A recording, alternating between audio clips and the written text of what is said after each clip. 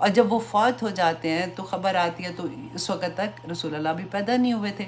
جب یہ پیدا ہوتے ہیں تو اس لیے کہتے ہیں ہم لوگ کہ رسول اللہ صلی اللہ علیہ وسلم یتیم تھے. آپ سوچیں ذرا کہ جب پیدا ہوئے تو ان کے چچا جو تھے ابو لہب کے بارے میں آتا ہے نا کہ انہوں نے جو لونڈی تھی اس کو آزاد کر دیا. اتنے خوش تھے صوبیہ جو تھی.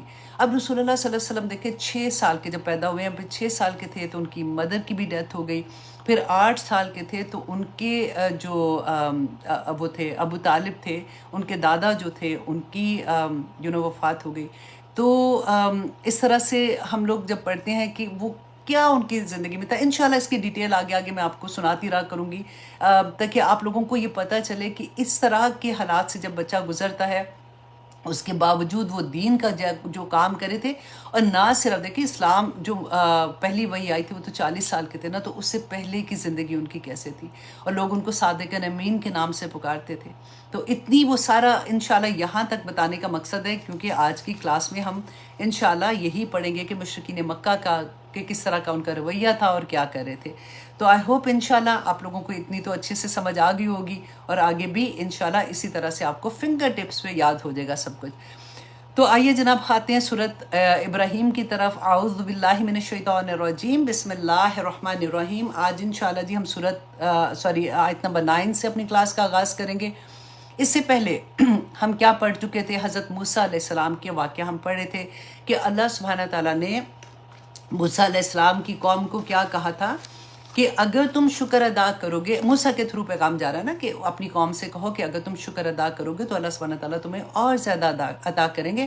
اگر تم نہیں کرتے نا تو تم سارے کے سارے جتنے بھی زمین و آسمان کے اندر لوگ ہو نا، تم سارے کے سارے بھی اگر انکار کر دیتے ہو تو اللہ غنی ہے، اللہ کو فرق نہیں پڑتا. دیکھیے میں کیونکہ لاسٹ ٹائم یہ پڑھا تھا کسی چیز کے لیے میں دعا کری تھی، تو آنیسٹلی کئی دفعہ ہوتا ہے نا کہ کوئی دعائیں دل کے اتنے پاس ہوتی ہیں کہ آنسو بھی نکل رہے ہوتے ہیں.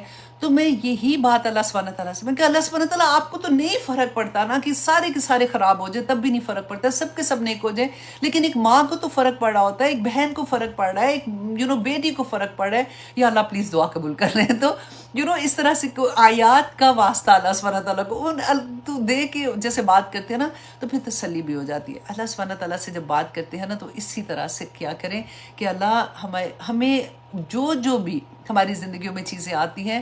دیکھیں زندگیاں آسان کوئی نہیں ہے، جو نظر آتا ہے نا بس کیونکہ الحمدللہ لوگوں میں صبر ہوتا ہے نا تو نہیں بتاتے ہیں، لیکن ہر انسان کسی نہ کسی طرح سے اگر ایک کی یہ پرابلم ہے تو دوسری کی یہ، تو تیسری کی یہ، ایک کی پیچھے آ رہی ہے، ایک کی آگے سے چل کے ابھی گزری ہے تو پیچھے والی تیار کھڑی ہوئی ہے.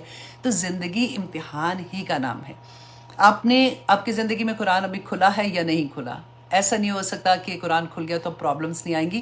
قرآن ڈیل کرنے کا طریقہ بس بتاتا ہے کہ اگر یہ پرابلمس آئیں گی تو کیسے ڈیل کرنا ہے. اور زیادہ تر اللہ سبحانہ تعالیٰ نے جو ہمیں سمجھ آتی ہے کہ ہماری زندگیوں میں زیادہ تر مشکلیں ہمارے گناہوں کی وجہ سے ہی آتی ہیں. آج انشاءاللہ ہم اس کے بارے میں بھی جانیں گے.